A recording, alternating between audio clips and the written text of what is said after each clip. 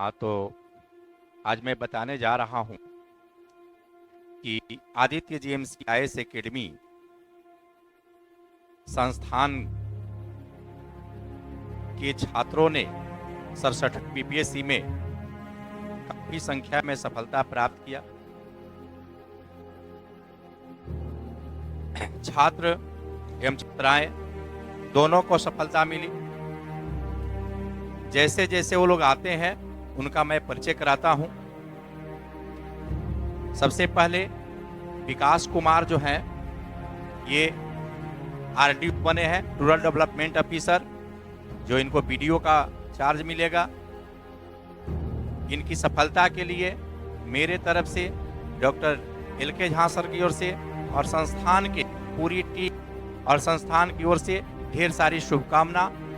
इनकी आगे तरक्की हो और भी सफलता मिले। मैं तो चाहता हूं कि अगली एग्जाम में एसडीएम बने या डीएसपी बने तो बहुत अच्छा रहेगा। इन्होंने कैसे पढ़ाई किया इसके संदर्भ में ये खुद बताएंगे कि मैं कैसे पढ़ाई किया और यहाँ तक पहुँचा हूँ। तो विकास कुमार से आप लोग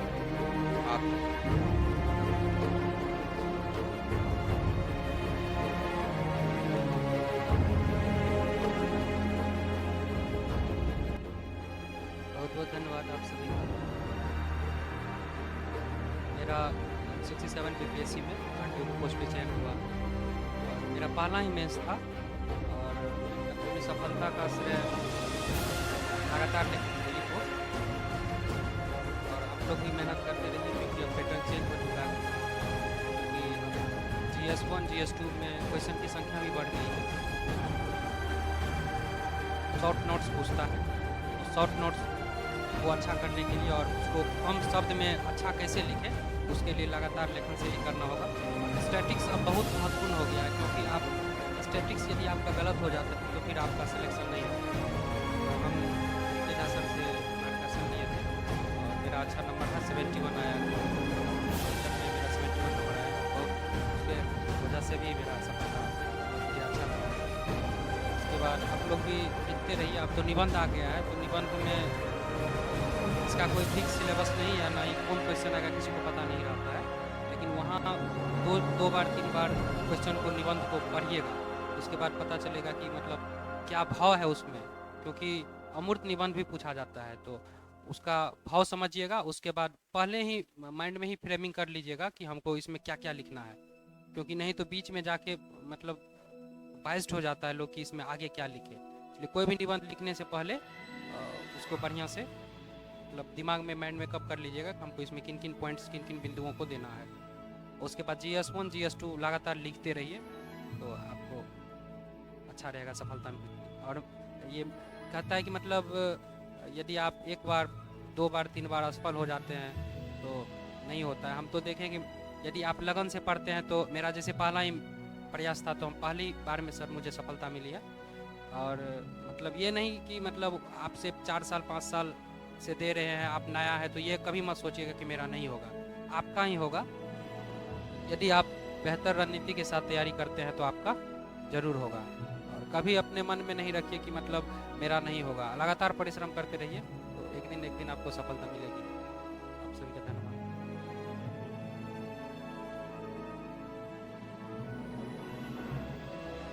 GS में कुछ भी पढ़िए तो उसको मतलब नोट्स बनाइए और करंट अफेयर्स भी अब वाइटल रोल प्ले करता है। तो करंट में भी शॉर्ट टिप नहीं आएगा। तो पहले लोग न्यूज़पेपर वगैरह को इग्नोर भी कर देते थे, लेकिन अब नहीं, अब तो निबंध आ गया है तो उसमें संपादकीय भी पढ़ना होगा आपको अच्छे से। उसके बाद न्यूज़पेपर भी बढ़िया से पढ़ना होगा क्योंकि क्वेश्चन इस बार 8th में देखे थे कि जो क्वेश्चन न्यूज़पेपर में आ रही है, जिन चीज़ों की बातें चल रही है उसको क्वेश्चन बना के कई स्टेटमेंट भी कोई दे देते हैं। जैसे वाइस प्रेसिडेंट स्टेटमेंट दिए थे, उसी पे क्वेश्चन मतलब आ गया था बेसिक स्ट्रक्चर पे। तो वो सब चीज़ को भी देखते रहिए। और हम तो कहेंगे कि लगातार लेखन शैली करते रहिए संस्थान से जुड़ के। और यदि सप्ताह में 2 टेस्ट भी यदि देते हैं तो दीजिए, अच्छा रहेगा उससे। और हम भी जब अध्ययन कर रहे हैं तो लगातार टेस्ट दिए। टेस्ट देने के बाद आपको पता चलेगा कि मतलब यहाँ कितना नंबर मिल रहा है, कहाँ दिक्कत है, तो उसमें सुधार होगा। क्योंकि अब पीटी भी अब थोड़ा जटिल हो गया है, पहले से पैटर्न चेंज हो गया है। तो एनसीईआरटी बुकों का अध्ययन कीजिए तो अच्छा रहेगा।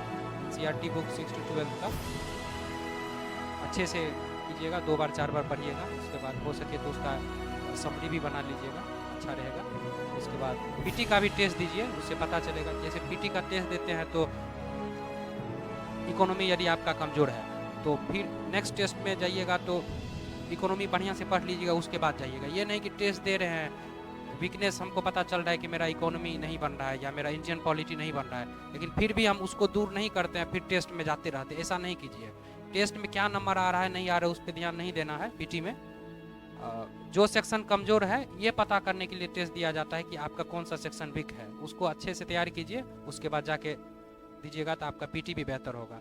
मेन फाउंडेशन पीटी ही है। यदि आप एक बार पीटी में निकल जाते हैं तो फिर आगे तो आप अपना भाव रखते हैं क्वेश्चन में कि आपको कैसे लिखना है, कि क्योंकि सब तरह लिखता है इसमें, तो इसलिए इसी तरह आप तैयारी कीजिए। हम भी ऐसे ही किए थे। Thank you sir.